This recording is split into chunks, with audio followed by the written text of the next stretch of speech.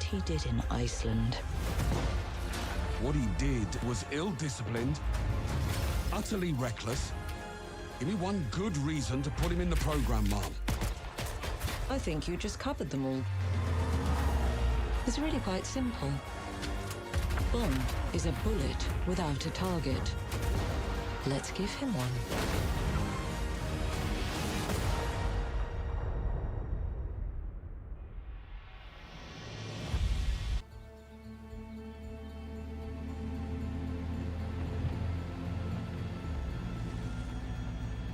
Alright guys, we finally have our very first gameplay look at 007 First Light, one of the most exciting gameplay reveals of the year.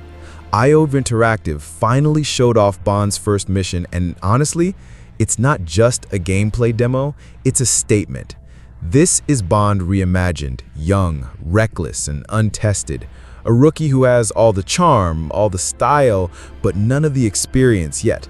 And what IO just revealed feels like the perfect mix of stealth, cinematic flair, and edge-of-your-seat action. Let's break it all down, every detail, every mechanic, and what this means for the future of James Bond in gaming. One of the most interesting decisions IO made was to go with a 26-year-old Bond, a version of the character we've never really seen before in gaming. He's not the suave, fully licensed agent we all know, he's raw. He's just beginning his journey toward becoming 007. That gives the story a sense of unpredictability. You're not watching a perfect super spy glide through missions. You're playing as someone who makes mistakes, improvises, and has to earn that famous license to kill. And the demo sets the tone perfectly. It drops us into a mission that feels equal parts glamorous and dangerous. A chess-themed gala in Slovakia, full of high society, where Bond infiltrates disguised as a chauffeur. This is peak Bond. Espionage wrapped in style, charm covering the danger, and humor layered into the tension.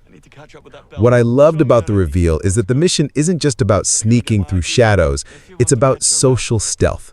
IO is building off their hitman DNA here, and it shows. You're blending in, you're eavesdropping on conversations, you're bluffing your way through restricted areas. The environment is a weapon. Need to distract a guard? Knock over a wine glass. Want to slip into the restricted kitchen? Pretend you belong there. And here's the thing.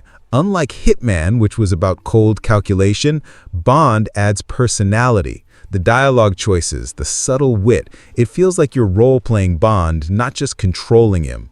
That difference is huge because it brings the character to life rather than making him a blank assassin. Now, let's talk gadgets, because what's Bond without his toys, right? In the reveal, we saw some slick tools like Bond's Q Watch, which isn't just for show. It highlights threats, marks targets, and gives you tactical awareness. There are also improvised gadgets. IO really leaned into this idea of Bond as a rookie, meaning he doesn't always have a full arsenal yet. So he uses what's available: smoke bombs, distraction tools, even turning everyday items into weapons. This ties into their system called the creative approach. Basically, missions don't have a single path. You can sneak, you can charm, or you can cause chaos. The idea is to adapt on the fly, and that's perfect for Bond because he's always been a character who can think his way out of impossible situations.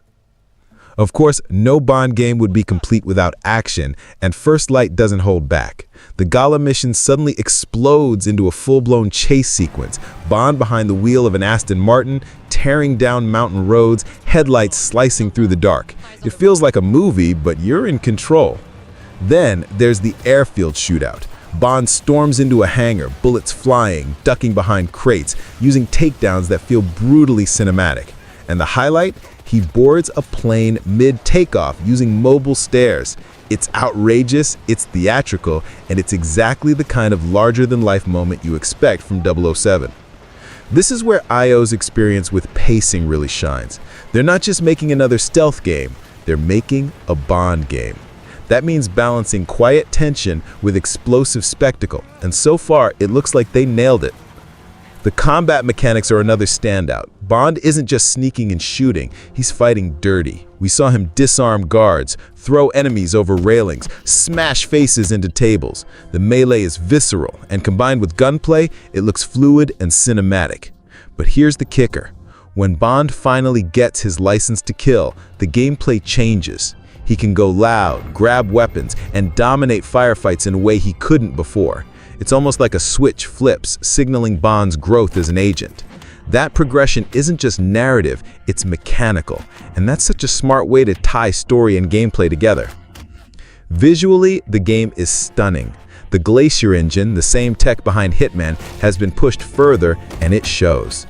The Slovakian villa glows with chandeliers and warm light, the streets outside look crisp and moody, and the car chase feels straight out of a blockbuster. What impressed me most was the atmosphere. It's not just technically sharp, it's dripping with style. This isn't realism for realism's sake, it's Bond realism. Elevated, classy, but grounded enough to feel dangerous. After seeing this reveal, I can confidently say IO Interactive gets Bond. They're not trying to copy the movies, and they're not just making Hitman in a tuxedo. They're building a new origin story that feels authentic, fresh, and exciting. The mix of stealth, social interaction, gadgets, and cinematic set pieces is exactly what this franchise needs. And the best part, we don't have to wait too long. 007 First Light launches March 27, 2026 on PlayStation 5, Xbox Series S and X, PC, and even the new Switch too. Mark your calendars, because if this first mission is anything to go by, this could be the definitive James Bond game we've all been waiting for.